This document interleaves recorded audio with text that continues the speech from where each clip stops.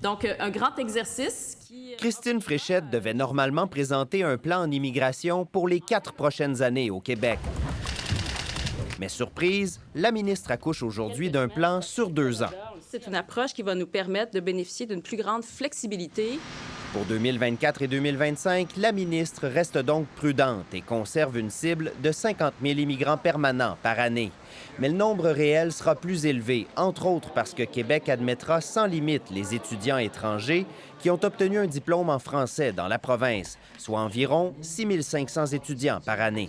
Ce sont à peu près les immigrants parfaits pour l'intégration au Québec. À 56 500 admissions, Québec se retrouve donc à mi-chemin entre ces 2 scénarios de départ.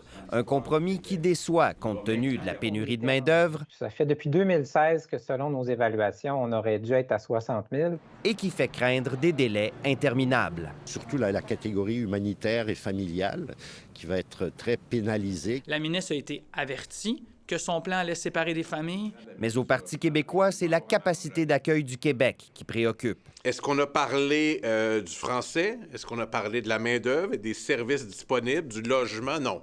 François Legault s'inscrit en faux, car dans son plan, il ajoute une mesure jamais vue auparavant. Il y a des immigrants temporaires qui sont là pour 5 ans, 10 ans, 15 ans.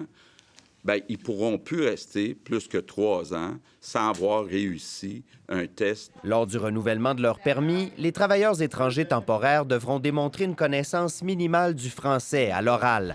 Seuls les travailleurs agricoles seront exemptés dans un souci de ne pas nuire à la production alimentaire du Québec. Il faut tout mettre en place pour accompagner les entreprises qui veulent faire de la francisation. Mais François Legault n'a droit de regard que sur une partie des travailleurs étrangers temporaires. Les autres relèvent d'Ottawa. C'est pourquoi il demande à Justin Trudeau de collaborer pour que l'exigence liée au français soit appliquée au plus grand nombre possible. Ici Alexandre Duval, Radio-Canada, Québec.